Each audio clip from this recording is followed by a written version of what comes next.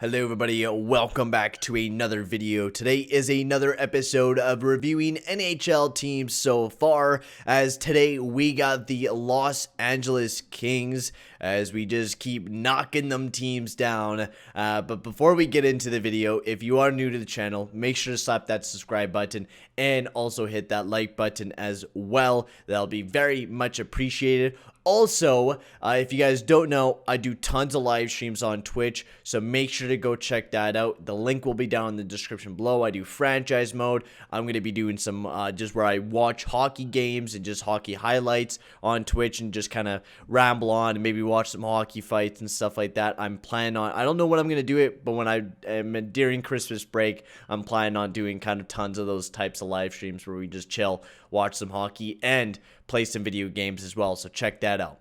But let's get into the video here with the Los Angeles Kings, as today we're talking about another rebuilding team, another team that I think I'm scared about, to be honest with you as an Oilers fan. The Los Angeles Kings are a scary looking team, and I'll tell you guys here in just a couple words. Quinton Byfield, Gabriel Vilardi, Alex Turcotte, Kaliev, Tyler Madden. I mean, you just got so many guys. It's absolutely insane. Sorry, I had to clear my throat there, but you got so many great prospects here in LA. It's absolutely insane how deep this team will be in the future. And they've been even smart with the deals. I mean, Carl Grundstrom, Sean Durzi, just so many great prospects coming to LA, especially Turcotte and Quinton Byfield. When you're looking at that for the future of your squad, that's just brilliant. So let's get into the offseason for the Los Angeles Kings, as during the regular season, they had a pretty poor season, going 29-35. Not too bad. Todd McLellan, of course, a great coach, and their best thing was defense. They were really good at defense, and we knew that. They're a very strong defensive team, especially adding Ollie Matted to the team. Sean Walker, Curtis McDermott, Matt Roy. I'm pretty sure there's a couple other guys as well that I'm forgetting. Cal Clay, did he play this year, or was he still in the minors? I feel like he was still playing in the minors, but I can't remember. No, he played about 4 games. He's doing really well in the AHL, but I think they released a lot of the players in LA to make room for some other players. So yeah, for free agency, they lost Ben Hunton, Joakim Ryan, and Paul Ledoux.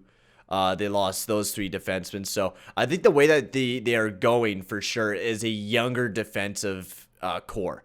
Cal Clegg, you know he's going to be ready this year. Michael Anderson had a really strong year down in the Ontario Reign. They even gave him a chance. So you know he will probably be ready. If not, you got Curtis McDermott. And if not, well, then you're a young developing team, right? That's the thing about this LA team. You have no expectations. You really don't. You could throw players wherever you kind of want them to. And if they don't pan out, then, well, you got several other players, right? That's the same with Vilardi. If Vilardi doesn't pan out, well, then, well, you got Byfield and you got Turcotte. You got so many other players that will be lighting up to jump in that spot. But this team is looking really well defensively. We'll go to the draft. They started things off with Quinton Byfield, which great selection by LA. It was a no doubter. I was hearing like Stutzla's name in that spot, but there was no doubt about it that Byfield was going to go second overall. He was the second best prospect next to Laffy, and if Laffy wasn't there, Byfield without a doubt would be first overall.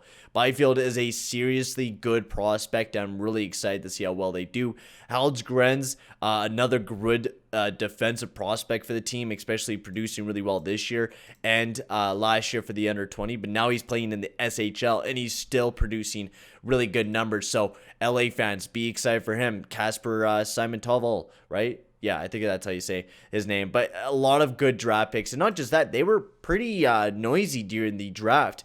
They picked up Ollie Matted, and they got a bunch of money retained on him as well. And Ollie Matted is going to be a really solid defenseman. His analytics, he was really good against the Edmonton Oilers. Analytics look good. Ollie Matted is going to be a strong piece of the team, and I think we were talking with Perlo about it. And it's a nice depth move for the Los Angeles Kings. You add that depth defenseman to help you develop some of your other defensemen, right? You could play him, well, probably not alongside of a Doughty, but maybe you might play him alongside of Doughty, see if you can maybe get Drew Doughty going again, which, I mean, this contract is just, I don't know what to say. It's horrible. That's all I got to say about it. But You got players like Sean Walker, Kale Clay. You got a lot of developing guys that are coming up in the roster.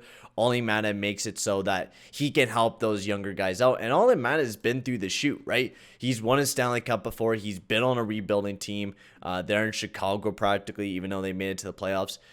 He's been up and down, and he's been good before. In Pittsburgh, he was really producing, especially in the playoffs. Ollie Mata is not that bad of a defenseman, and I think he could really turn his career around there in LA. And then also they picked up Elias Anderson as well, which this is another just low-key smart move. I don't think they have signed him yet. I think he's still a free agent, but if they do sign him, I think this will be a good player for them. He's doing great in the SHL. Elias Anderson has always had some problems, but I think if Elias Anderson can maybe get himself going, especially on a team like the LA Kings, if he could get himself going and if he could really start producing as a player, he could be a really, really good player for the Los Angeles Kings. Elias Anderson was a big player. He was selected 7th overall in the 2017 draft. So you know that this guy was a huge part of the New York Rangers. This was a huge plan for them. They even traded up to get this guy. So you just know that this was a big deal for them going after a guy like that. So Elias Anderson, I don't know if he's going to pan out in LA. This is definitely going to be his big chance to maybe make a comeback for the team. He was never going to fit in New York. There wasn't a spot for him to fit in New York. And plus, to get a second and Willie Cooley, not a bad selection.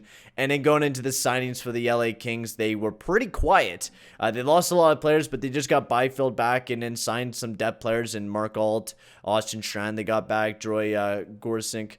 Just some depth players. Sean Walker, they signed him as well, but that was in September. But real nice contract for Sean Walker.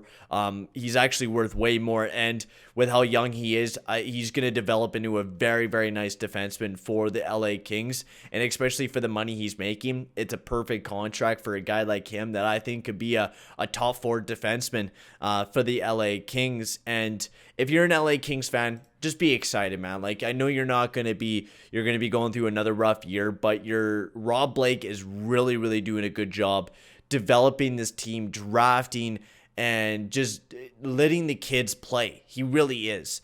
Kempe is playing. You got Wagner, Lizotte. You're letting these guys build up their value. So when you guys have, for example, Byfield, Turcotte, Akil Thomas, Samuel Famio, Kupara, there's so many guys that you can list off of this team and just say that guy is going to be the next big player for the LA Kings. It is absolutely nuts how deep this LA Kings roster is, especially for their prospects. So as an Oilers fan, I'm scared about this team, but we're going to be talking about the offseason moves. Honestly, it was definitely abysmal amount of moves that they did. But getting Elias Anderson, you could really take a bet on Elias Anderson. He is really a gamble on whether he's going to produce or not. And that's the big fact of the matter is Elias Anderson going to be able to turn his career around, or will he just be kind of stuck? I mean, he's not been doing too bad in the SHL.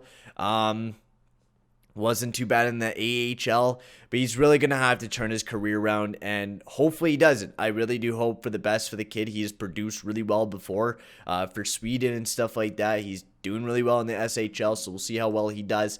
Ollie Mata was a great pick up for the LA Kings, but they really didn't do too much else. Like, you look at the young core that they're going to have, like, do you really want to trust those young players and not throw too many veterans? The only veteran you really have is Brown and Kopitar, and the rest of it's young players. So maybe Talbot Cloden's doing a great job of giving the leadership that maybe he's giving off, but I would maybe go and sign a couple depth players for this team. But they're so loaded depth-wise with these young players. Like, Wagner's great.